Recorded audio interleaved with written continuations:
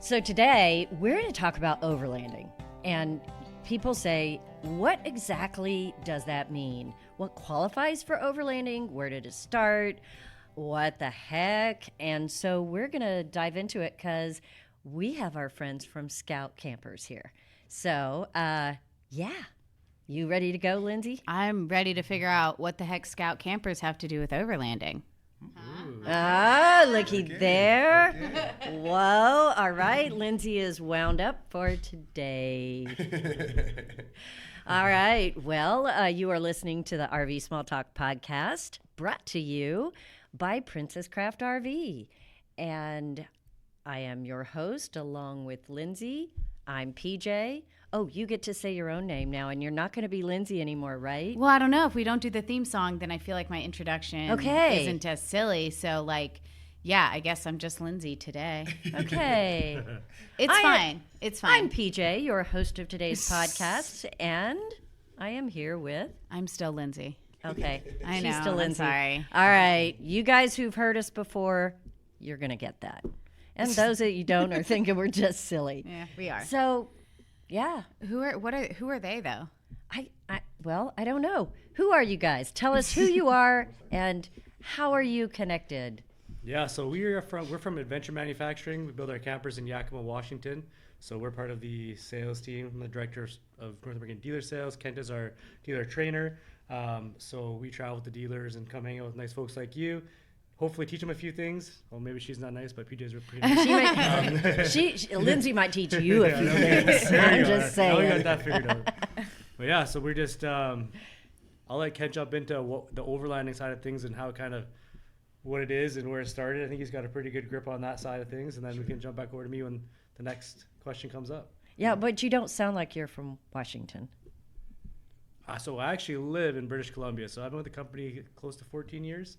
Okay. And so as part of a bigger group, the Adventure Group owns Adventure Manufacturing. So the Adventure Group owns 13 retail stores in Canada, and they also own the manufacturing facility in Yakima, Washington. But yeah, so to piggyback on Ryan, my name's Kent. I've been with Adventure now here for a little over 4 years, or just up to 4 years. Prior to that, I did do the retail side of it also in Abbotsford, British Columbia. So I live just away from Ryan there, about 15 minutes. We're all kind of the happy Canadians, eh? So that's us. But yeah, we've been with them for about four years now. Mainly started on the Scout side of things, moved into the Adventure side of things, and then as Ryan mentioned, I am now the training and show specialist. So I am the one that's constantly in the air, going to different shows, going to dealers, making sure we get training done on all products that Adventure does have. And yeah, that's kind of our two fitments into that adventure world. And do you travel well together? Oh yeah. You travel buddies? Oh yeah. Okay. Sometimes. We can get. We You're know. like, sometimes you travel together, or He's sometimes saying you this. get He's along. saying this, but he's the one that gets to have the princess treatment. I drive. I get to get the meals for him. We're good. Oh yeah. And on like day 3 of trip, we just don't talk. Day 3, we just don't talk. So I think it's perfect. Yeah. I'm just joking. Ready. No, We need Kent to travel with us. Yeah. We'll just say, yeah, we're getting a little hungry, Kent. I'm a bit peckish, Kent. Let's go get some food. No, it's always a good time with us traveling. So. Cool. Well, it's always a good time on a podcast, too. So I'm glad you're here. Thank you for having us. And one of the reasons I thought it would be really cool to chat with you guys is because if you're not watching our video, you should. But if you're not, you've got a Scout shirt on and a Scout cap on. And that's how I knew you for all these years. Yes. And so let's just start out with the promo part and get it over with. What is Scout? Scout. So you just mean the camper line or the name? Yeah, or? The camper line. Yeah, so Scout is off-grid. They're completely different than most campers in the industry. They are composite and aluminum built. So and for those of you in America, composite means composite. Yeah, sorry about that. It's okay. We only use Just decals. translate it. Yeah, You decals, can't like blame him. They I'm not have milk blaming in him. bags. I am translating. There's a difference. Sorry. I am We do simply have Scout translating. decals on our campus, so make sure we get that right. I gotta get used to that roof. decals. But anyways, yeah. So Decals. there's no wood in the shell of the camper, so it's a lifetime, camper. It's gonna last a long time. Good for resale value. Good for giving to your kids. 20 years down the road. It's very simplistic. So there's no built-in cooktops, fridges. Everything's component-based or movable. And so basically anybody can jump in the camper and go and use it. And the reason it fits the overland space so well is because it's what is the word, sustaining, or you can self-contained. Contained, yeah. That's the word I'm looking for. So you can do everything out of a Scout. There's solar, self-sufficient. You got fridge, you got a place to sleep, and there's lifesaver drink out for water. So you can take water from lakes, streams, and filter out your water. So it's meant to be. Wait, off-grid. there's a filtration system in the camper? Yeah. It's just Shut a blue up. jug, yeah. Yeah. That's so cool. Yeah, so that lifesaver. I should Barrett's probably hanging do in some there. training. It's like a blue jug. Yeah. Yeah, you might have to stop in. And, Huh. What's here's that big metal thing hanging off the back of it? Diesel That's heater. a diesel heater. Diesel so if heater? you want to be warm, you can have Diesel one. heater. Diesel. We're in Texas right now, so you guys don't need It is a diesel. diesel eater. Yeah, that too. Diesel Actually, heater. not too bad though. And that's good for off-gridding? Yeah, so the diesel heat's going to provide a lot warmer of a heat compared to what you're going to get from your typical propane furnace. Propane tends to have a lot of moisture to it, so you tend to get a lot more drier heat when it comes to diesel. There are a lot of great propane systems that work, but we found that the diesel had the less consumption of fuel for it, and it just performed at a great level when you're in high altitudes and such like that. Well, I don't know much about off-gridding, if you didn't know that. But I do know that the Scouts are all of those things you said, and they're pretty. Okay. They're pretty. not ugly, Yeah. which I don't know. That might not matter to a lot of people, but a lot of times you see like off-grid stuff or self-sustaining, like movable parts, and it's just kind of an empty box with weird Lego pieces. Right. But you walk into a Scout and it's like down to the lighting. It's very nice to look at and nice to hang out in. You want to sit down and hang out in there, and It's homey. that's Very yes, homey it is feeling. homey. Yeah. That's what I noticed about it. And apparently it off grids or something. It goes in the back of your truck or something. I don't know. But it's pretty. It looks very different than a standard truck camper. Right. The traditional truck camper, they try to make it look like, a little bitty RV. Right. And this is much different. It looks functional, utilitarian, but it has really sleek, clean lines. The finish out is incredible. And that's what I really like. Right. And the fact that it's self-sustainable, that it really is off-grid capable. We're talking about diesel heaters on the back. I love the fact that really is just bolted onto the back of it. But there's a diesel container that probably is smaller than a shoebox, and it'll run it for 90, 100 hours? Yeah. 2.75 gallons, so it depends on how much you use it, but it lasts quite a while. Yeah. So we're from Canada, so when it's cold, we have owners who have them actually own the campers in Alaska, so they say they use it at like minus 40 Fahrenheit. That's like minus 40 Fahrenheit? I think minus 40 Celsius and Fahrenheit are like the Celsius? same almost. That's where they kind of almost level up. Okay. It's like 42. So Like just I know we real got- friggin' cold? Yeah. We need Google for this, but like really cold. You Yeah. say the word minus and I'm out. So So I think Celsius and Fahrenheit are pretty much the same around there, but really cold. Who knows? You don't need to know. Yeah, I just When asked it's people in that Alaska. cold- They know. We don't even have thermometers that go there, okay? We don't need to know about that. But that gets really cold. If it will work then you really have the capability to be in a blizzard Right. and survive and Right. stay warm. Right. So So- you two camp? Oh yeah. Yep. Yeah. I've owned 2 Scouts personally. He just bought one I have a Kenai. a month or so ago. Yeah. Congratulations. Thank you. Thank you. Is that your Great. very first truck camper? I can teach you all about it if Not- you need. He Not needs like lessons. first, Needs but I lessons. always can take some pointers. All right. Diesel heater. Perfect. Check. Pretty lighting. Check. Well, that's cool. So do you guys boondock? Like overland, whatever? Yeah, in a sense, I'm a big hunter and fisherman.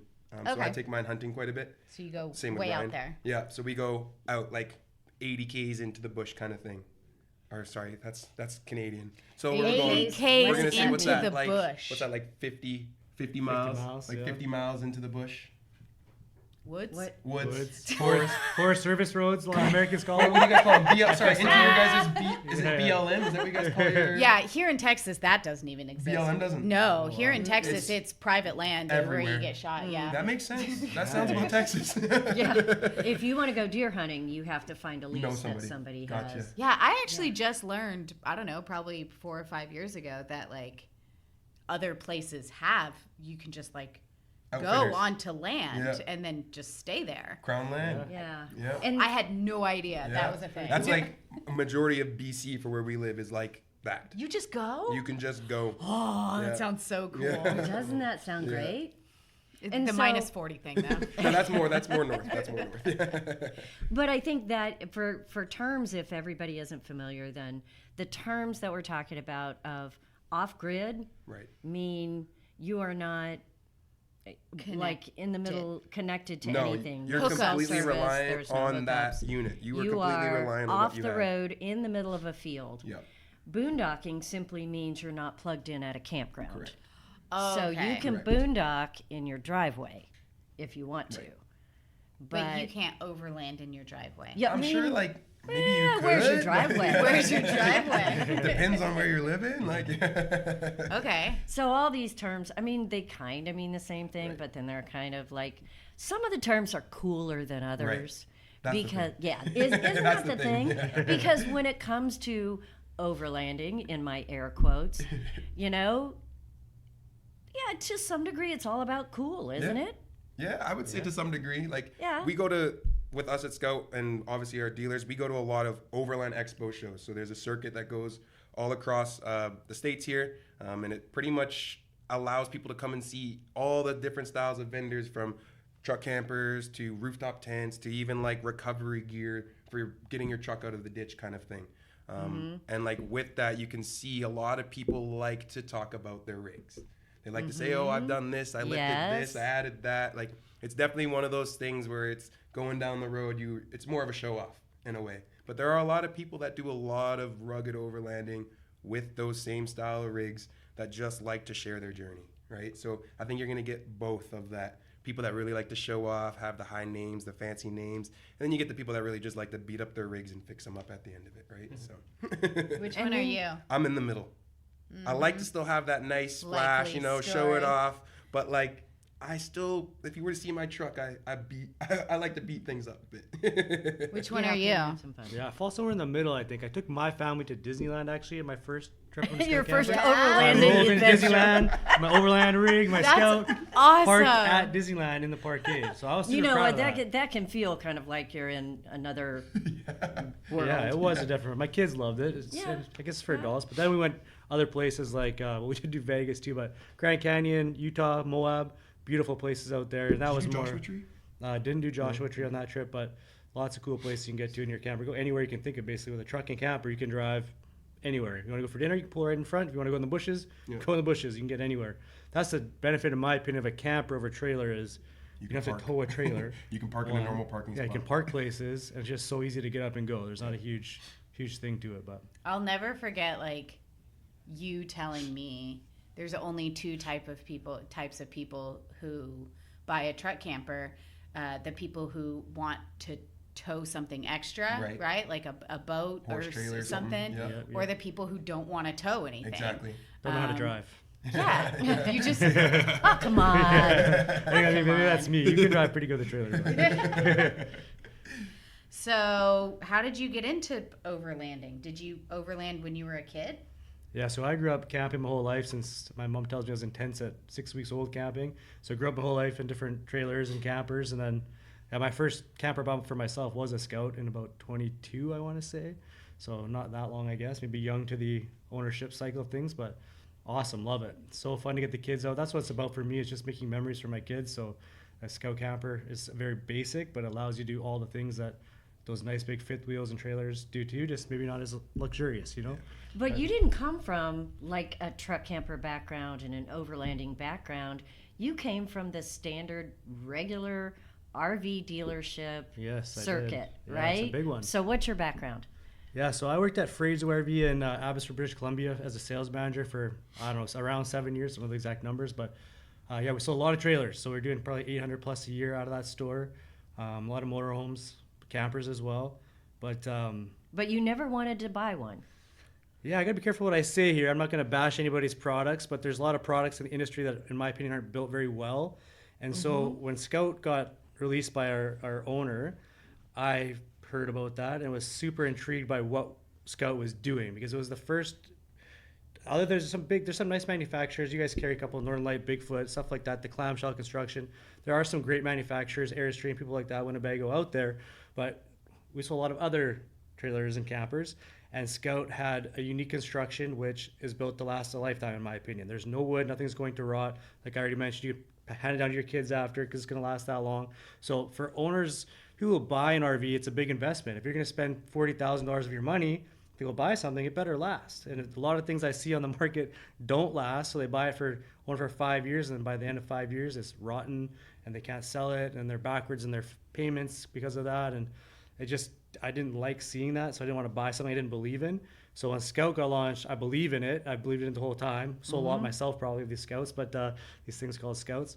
But yeah, I think it's just a fantastic product, and the construction, the way it's built, the team, the customer team behind it, everybody at the factory does a great job, and it's a really good camper, and it's not overly expensive. So some of those other rigs I mentioned can get pretty pricey when you're like, $100K plus. Most people, in your 30s aren't buying trailers that cost $200,000 like a Airstream, right? So it's only, you get into a Scout starting at 69, I think is the Tuck Tut, and then they go up. There's a truck or camper for every kind of truck, starting at your Gladiator, Tuck Tut, or Maverick, sorry, and then your Yohos, Tacomas, Rangers, and then bigger, obviously. So, most setups are running probably mid-30s for a really well set up camper.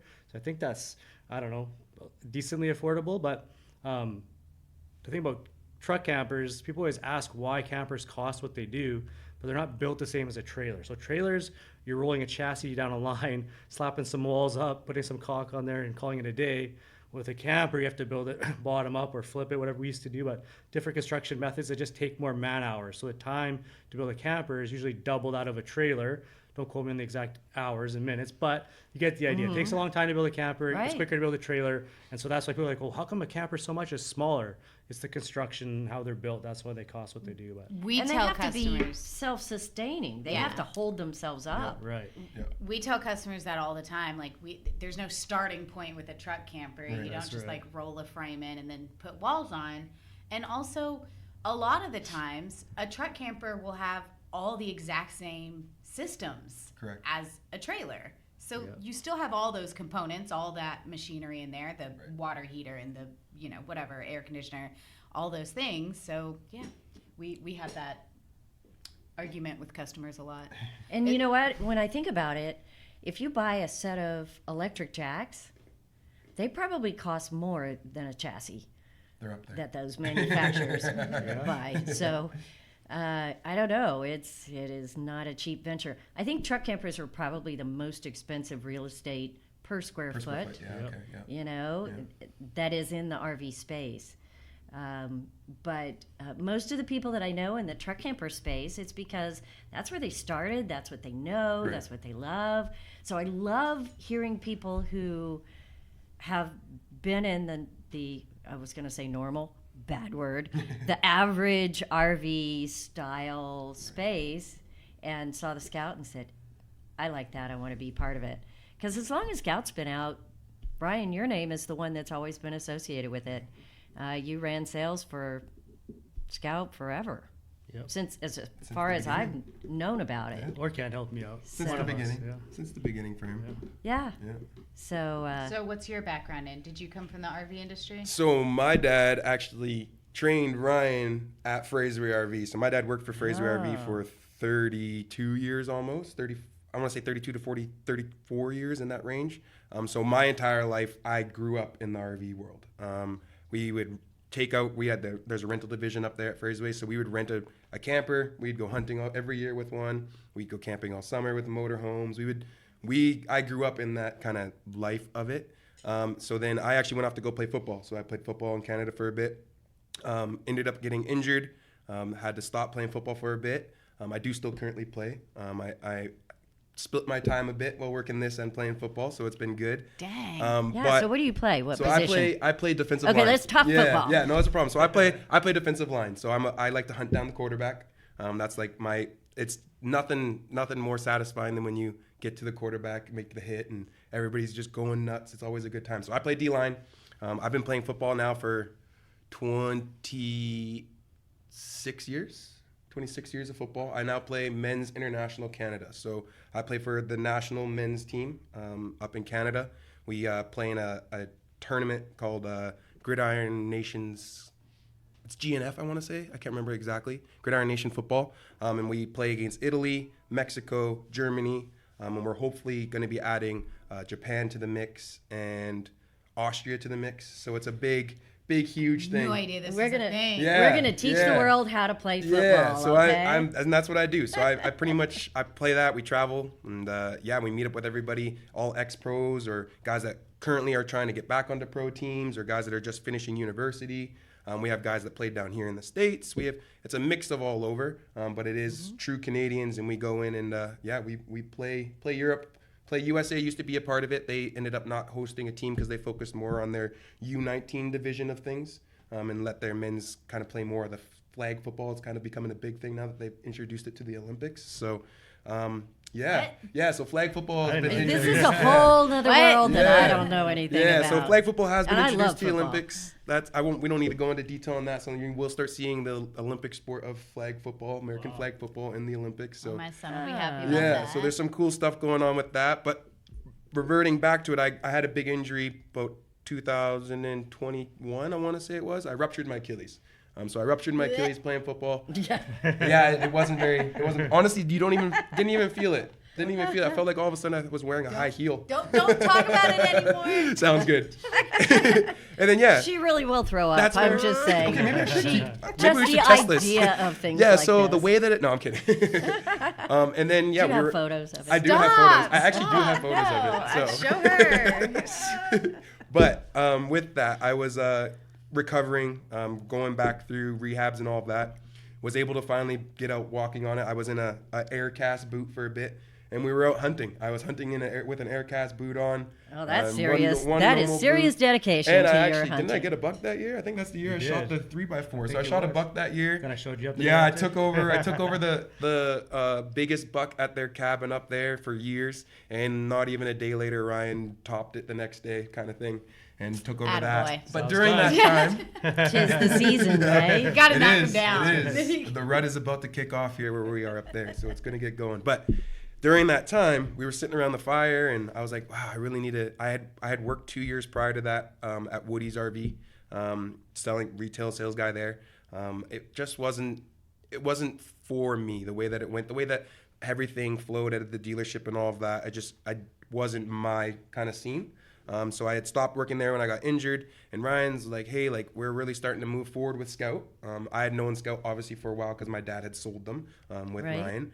And so I had known what it was. I always, like Ryan said, Scout has been one of those campers that has solved the problem of construction and things like that, right? The lightweightness, being able to Man, that's a big statement. That- Solved the solve the problem problem. of construction of for lightweight construction. truck campers, because you won't find a lot of truck campers true, though. that aren't able to, like, if you were to go on majority of lots, there's only going to be 2 or 3 brands that will actually fit properly in a mid-sized truck, and they'll be from those select brands you might only be able to get one model, right, from that whole situation. Whereas Yeah. with Scouts, you can literally have a small Maverick having something in the back of a truck, or a You camper can in the fit back. one in a Tacoma. And a Tacoma, exactly. That's I a big mean, thing. Like, the Tacoma trucks here that is the vehicle of choice Right. for overlanders. that's a big thing.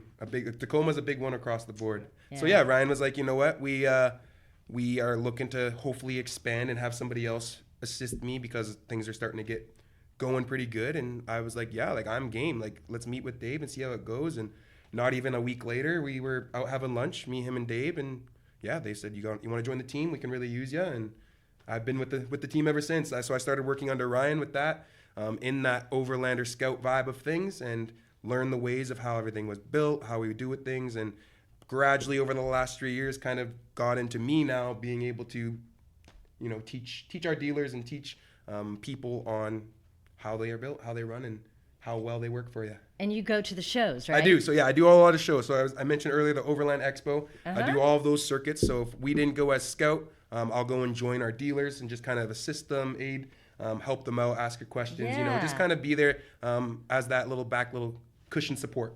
I want this guy at our shows. I know. I'm just sitting here Don't thinking, worry, we'll Energy make it is work. We'll make it crazy. work. I love it. You know what's wild? Everybody always says, like, your energy is like up there, and I'm like, I get it. I'm okay with that. I like that type of persona to have for people because I'm not one of those people that like to have anybody feeling down. But to me, it just feels normal. Like if you know my parents, if you knew my family, like I'm probably pretty mellow compared to like my mom and my dad. Like those guys can really put some energy into the room. My mom's a singer, so she sings at a lot of the churches and big choirs and things like that. So she's used to performing, right? She's used to being able to do that. Not saying that she performs, but she's out there, right? So well, I guess just like at shows we have like reps, right? Which kind of stand by their unit. Technically your job, but right. in the sense, and yeah, they're very, I don't know, to their spot. Yeah, kind of staying there. Straight, traditional. And they don't want to, say anything wrong, and they just have their kind of script and spiel, and you don't have a script. No, that's not what we do. You are awesome. I mean, I'm sitting here I'm thinking, an off-script person. He plays football, but when he's not playing football, he sells Scout. But when he's not selling Scout, he's camping. hunting or fishing because I saw a lot of hunting and fishing photos. I am just telling you guys. It's like, and here's when, and here's when. Oh, so and you just last kill year, so like the and way this, that it works, and this, and this. But the way it works, it's like the way the fishing season flows into hunting season and then flows through football season. Like everything is just kind of okay. I got some free time. What are we doing? Oh, fishing's going on right now. Let's go fishing. Oh, it's hunting season. Let's go hunt. Like I'm not the type of person that's gonna sit around home, be on his phone, do those type of things. There's too much to do for me to be doing those type of things. Well, now you're connected to Scout, so Scout really has grown right along with the overlanding kind of scene. I mean, when I started in the RV industry a while ago, this didn't exist. Right. At least I didn't know it existed. Right. So what happened? How did we get here? And how did Scout become like part of this cool vibe of overlanding? You want to start? Yeah, I mean, okay. Yeah. I think what it came down to was a lot. I think COVID was a big push.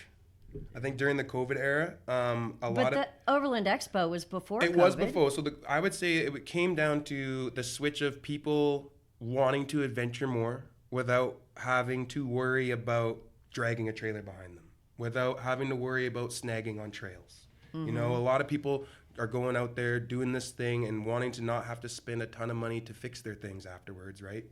So I feel that industry started to take off, and a lot more people weren't, like Ryan mentioned, like there's a lot of young 20s, early 30s that they just don't have the money to get a big rig, right? They can't do it. So rooftop tents became a big option, right? And things like that to be able to then get into the overlanding industry. And I would say personally for me, what I saw, as soon as that first year of COVID came around, it was like everybody had a ton of time on their hands. And it wasn't like you could just go out and get a hotel room, go on a vacation and do this. The only way you're going to be able to do something was you had to do it yourself, right? Yeah. So I feel that was a big push. And with all these families, young families out there, people didn't have the funds to be able to go and get a big RV. People didn't have the funds to go and do these things. So the overlanding market was, we're going to take a small, a tent trailer, and we're going to put off-road tires on it. And we're going to, so then that just kind of started branching up, and you start seeing like our pods, and you're starting to see Ember and things like that start to be like, okay, well, hold up, we can do this too. And I think it just started skyrocketing from there because there was 2.5 years of people sitting at home doing things. That's where I think it really started to take off. Well, if you think about it, in like 1930, 1940, camping was camping. Yeah. And you just go out somewhere. Station wagon life. Yeah, and you might have a little camper, but RV parks weren't what they are now. So camping was really pulling off in the woods and camping. Yep. And then it kind of turned into this campground RV thing as it kind of grew through the years. But, I mean, until fairly recently, we didn't have all of the solar options and the power that you have now. Mm-hmm. We didn't have some of the technology. Also, maybe the social media growing means that you can learn about things faster. You can research, how am I going to cook my food if I'm not at the RV park? Yeah. And we're kind of relearning how to do what came natural 100 years ago. It's true. So Yeah, Very it's, What does my shirt it's say on kinda it? I think cool. I think Scout's.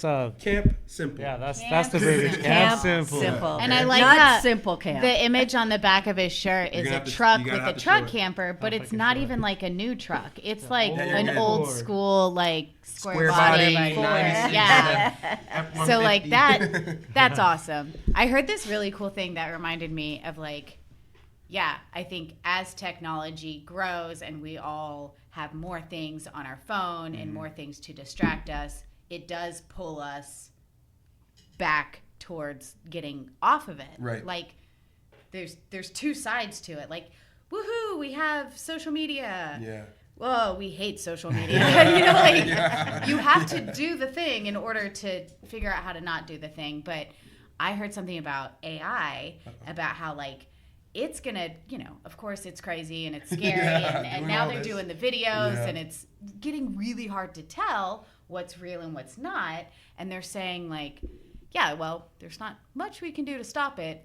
But we think what it's going to do is essentially people are going to be having way more live events, in-person events, Right. camping, because it's the only way I know you're real. Here, You yeah. know? I can see Like, it I- right here in front of me. And eventually that will be the only way that you can trust something is if it's in front of you. So they think society is naturally going to move backwards in the sense of Right, we're going to interesting. be camping more, we're going to be doing live events more, things like that, because if you experience it on a screen, all of a sudden it's just you just can't You don't trust know. it. Yeah, you don't know. So I don't know. I'm curious to see how that moves into like, yeah.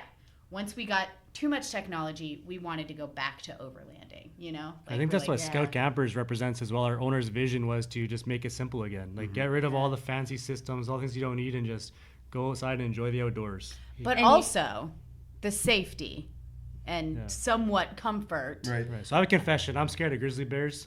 of putting your yeah. you're going camping with So your that's- You 3-year-old live in the wrong woods. place. right. So Exactly. in some parks, like in BC or Canada, we have Banff and Glacier. some of the parks you go to, you can't actually stay in a tent. You have to have Yeah. a hard sided even a pop-up. RV. Right. So Well, that's why. we have that too. Yeah, Yeah. So that's why Scout Campers are like perfect because you're in a nice safe shell. Yeah. You do have hard side campers and you have pop-up campers Yes, with canvas. yes, yes. But there's a choice there. Can I give them crap about the names yet or Uh-oh. no? You can always give names, them national about parks. anything. They're all Lindsay. national parks. I love the names. Okay, Okay. They're good. wonderful. But, As an inventory girly, uh-oh. I hate that the pop-up and the hard side have the same name because it is Oh. really hard from a marketing standpoint to advertise those things Gotcha. Interesting. as different. Usually, if it was a pop-up, it would be a different name. God, with a than the number hard beside it too, side. right? Like a. Or not. I love the names. Okay. All right. Just if you're looking for give me one. Yo. If you're looking for a yo-ho, if you Google it, Google Analytics is not going to Right. differentiate, and a people cube, aren't right. going to Google hard side. They're just not.